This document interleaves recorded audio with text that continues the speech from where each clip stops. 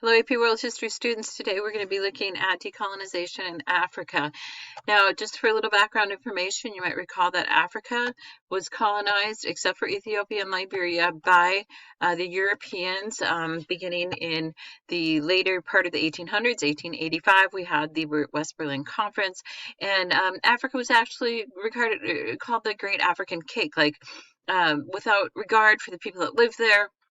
Um, Borders were drawn up and tribal lines were not respected, or ethnic, linguistic, or religious lines were not respected at all within any of these countries. So this led to a lot of internal divisions within the countries as they were bordered at the time of colonization. And so this is going to lead to further conflict within Africa during the decolonization process.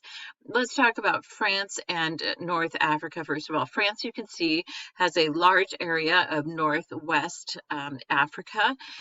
And in most of Africa, they abandoned most of their territories.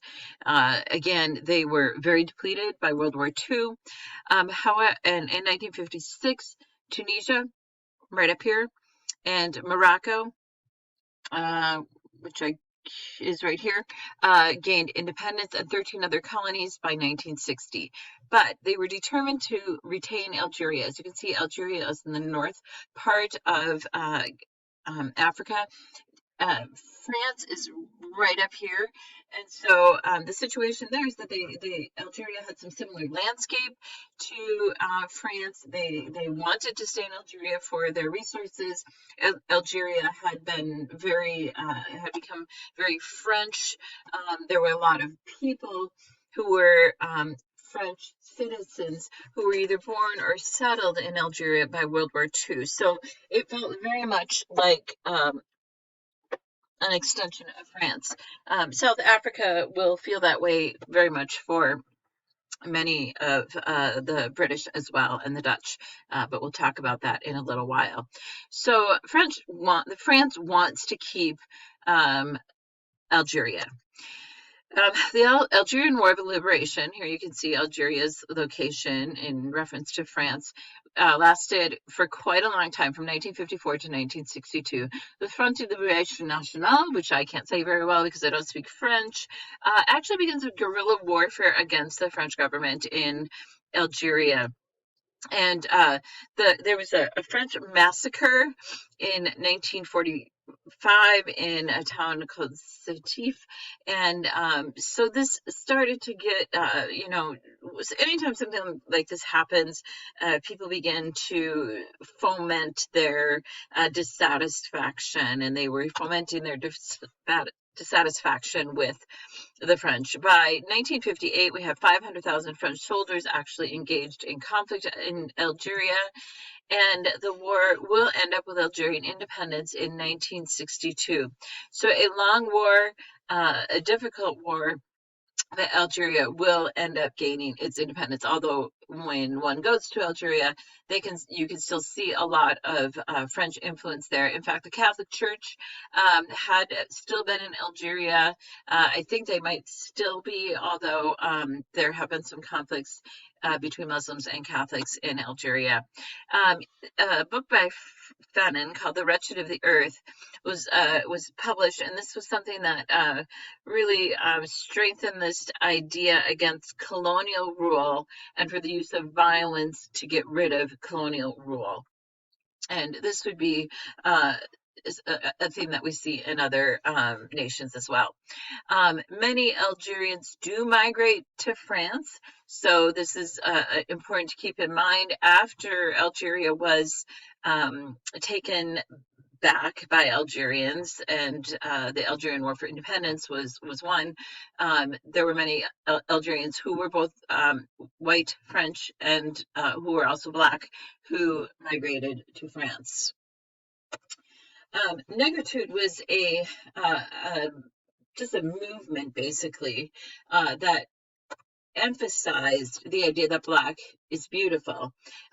It came from the US and from Marcus Garvey, who actually was of Jamaican descent. And the idea was to reaffirm African civilization, and to say, hey, we are just as good, or our society is just as vital and legitimate as any other society, and we reject white colonial values.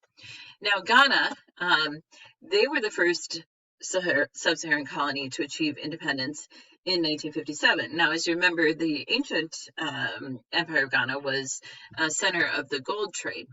This is a picture here of Kwame Nkrumah, who lived from 1909 to 1972. He was the leader of Ghana. He was actually educated in the United States, and he was really inspired by Marcus Garvey to embrace the concept of negritude and pride in Africanism. And so you can see in the clothing, you can see this reflected in the clothing and hairstyles and things like that people embraced at that time. Kwame Nkrumah would set a pattern for other Pan-African movements of independence away from colonial rule and embracing one's own heritage. Now, in Kenya, white settlers go up into the highlands of Kenya, and in the highlands, actually, both chocolate and coffee could be grown.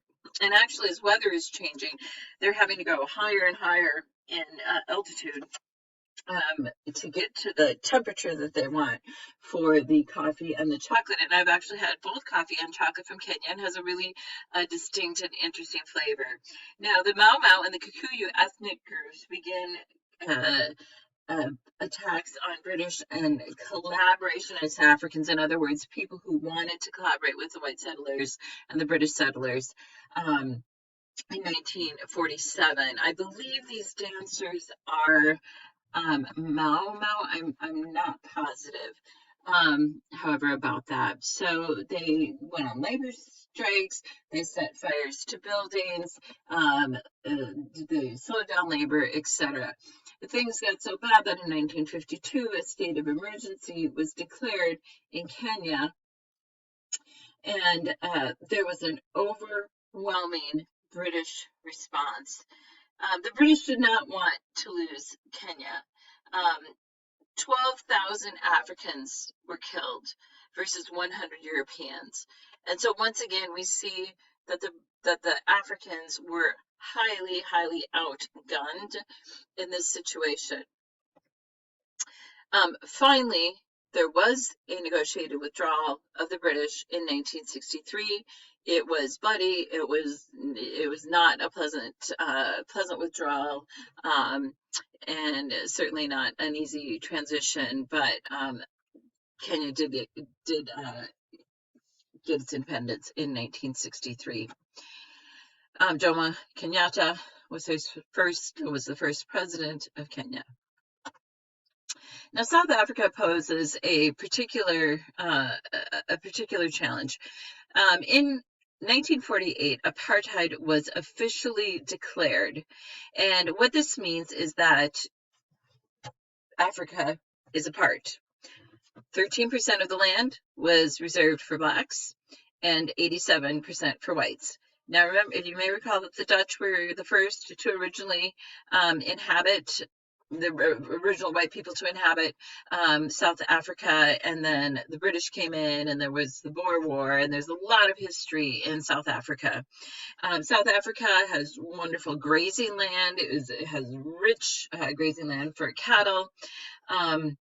The Africans were divided into tribes and settled into homelands, and these were basically ghettos. Some of them had gates around them, and actually a colleague of mine who visited South Africa last summer said there's still very, very much a legacy of apartheid in South Africa to this time. In 1955, the African National Congress published their Freedom Charter, and excuse me. But the whites, who considered themselves South Africans, repressed the African National Congress, and the South Africa was ostracized by the world community. So in the 1970s and 80s, for example, there were boycotts of goods from South Africa because of opposition to apartheid. Now, in our own country in the 1960s, that was a huge time of the acquisition of civil rights for people of African descent. And South Africa was not there, and the worldwide community was looking down upon them for that. Then we have a man here named Nelson Mandela. He is actually a descendant of the Xhosa tribe, and the Xhosa have a really interesting language because they have a click in their language. I've heard one person, I had a professor, African history professor, who spoke with the click tongue. It's very, very interesting, something you can look up online. So, Nelson Mandela actually spent over 20 years in prison for his ANC participation. The place, it was called Robbins Island, and can you imagine, over 20 years in prison? Finally, President de Klerk, under I think a lot of international pressure, released Nelson Mandela in 1990. Nelson Mandela went on to work for, excuse me, negotiation to the end of white minority rule. The whites, by far, were outnumbered by the blacks of South Africa. In 1994, elections brought the ANC to power, and Nelson Mandela would become president. I want to go back for just a second. It actually was a relatively calm transition to democratic society. When Mandela took office, he did not immediately fire all of the white people. There's a great movie, and I can't remember the name of it right now, but it's the backdrop is rugby, actually, and they show a rugby team integrating for the first time. They show how this transition of government took place by keeping whites and blacks working together in the government. And so they actually did have a pretty calm transition. Although, as my friend said after visiting South Africa, that there is still remnants of the apartheid and the poverty that some people experienced as a result of white colonial rule that are still apparent today. So what are the colonial legacies in sub-Saharan Africa? The boundaries were declared permanent in 1962. One thing that Africans debated was, do we go back to more of an ethnic and tribal boundary system, or is that just going to be too much? Is that going to be too difficult to figure out? So they did decide to keep the boundaries that the colonizers had given them. So they were arbitrary, as I've already said. Definitely a promotion of Pan-Africanism and the idea that Africans' culture, like I said before, is just as legitimate and viable and vigorous as any other culture. So the problem was there was still ethnic strife within African communities. Some of you maybe have heard of the